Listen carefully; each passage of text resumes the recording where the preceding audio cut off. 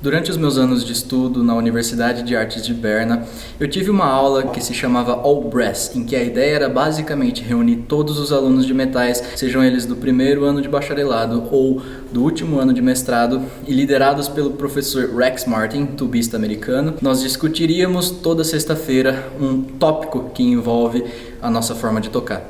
E todas as sextas nós tocaríamos sempre o mesmo coral de Bach. A intenção era que, através daquela mesma música, sem que a gente tivesse que ficar pensando em 1 milhão de repertórios para tocar, a gente pudesse sempre abordar uma coisa diferente. O que tem até um ponto, de certa forma, relacionado com o que eu falei no vídeo anterior sobre a busca diária. O que acontecia frequentemente quando os alunos, às vezes, estavam um pouco menos focados ou simplesmente por ser um grupo grande e difícil de sempre atingir o mesmo nível, era que o professor, depois de nós tocarmos o coral, ele perguntava: você escolheu o seu melhor som? E eu acho que isso realmente é uma coisa muito interessante de se pensar, porque na maioria das vezes a gente simplesmente toca, mas a gente no fundo não realmente escolheu o nosso melhor som.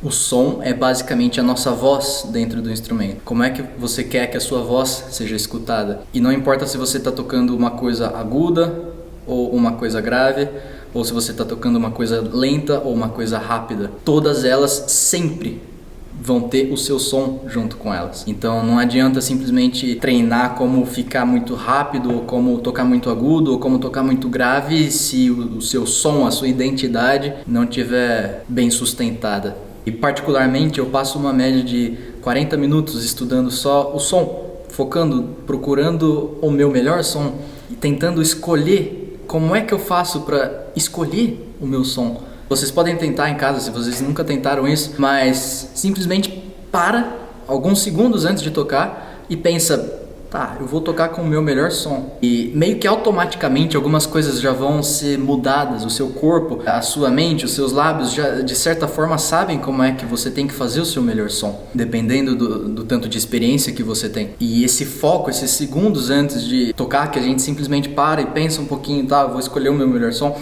às vezes já são suficientes para fazer com que esse som melhore numa escala muito grande. Às vezes era realmente impressionante quando nós nessa aula tocávamos uma vez o coral e você até pensava: nossa, soa bonita, pô, tá legal. Mas depois de o professor lembrar: ei, todo mundo escolheu o seu melhor som, a gente tocava mais uma vez, tentando escolher o nosso melhor som, cada um indivíduo, para que no final o grupo soasse melhor. E era impressionante quão bom era depois que todo mundo escolhia o melhor som. A qualidade, a forma com que o som ressoava, tudo melhorava assim, instantaneamente. E até alguns aspectos que a gente não estava focando, por exemplo, afinação ou outras coisas que podem ser relevantes no nosso tocar. E para aquelas pessoas que ainda não têm muita experiência ou que ainda não estudam há muito tempo, o que eu gosto de imaginar é que, na verdade, não é que eu já comecei a tocar e o som do Eric foi feito simplesmente estudando todos os dias e buscando o meu melhor som, mas é uma mistura de todas as minhas referências e não tem problema nenhum nisso. Eu acredito que é a coisa mais normal do mundo que a gente fale: nossa, eu gosto do som desse trompetista, dessa trompetista. Qual é a característica desse som? Como é que ele é? Descreva-o, imagine, ouça a mesma gravação 1 milhão de vezes. Tenta entender o que é que está acontecendo naquele som. O que é que a pessoa talvez esteja fazendo para atingir esse som. Começa a incrementar isso na sua forma de tocar. E não pega simplesmente uma referência, mas pega 3, 4, 5, 10 referências e leva elas como se fosse o seu GPS. Porque naturalmente tocar trompete não é uma coisa natural. A gente não foi feito para tocar trompete. É normal que a gente não tenha uma ideia muito clara do que é que o trompete deva soar, se é que ele deva soar de alguma forma específica. Mas é normal que a gente escolha a forma que a gente queira soar.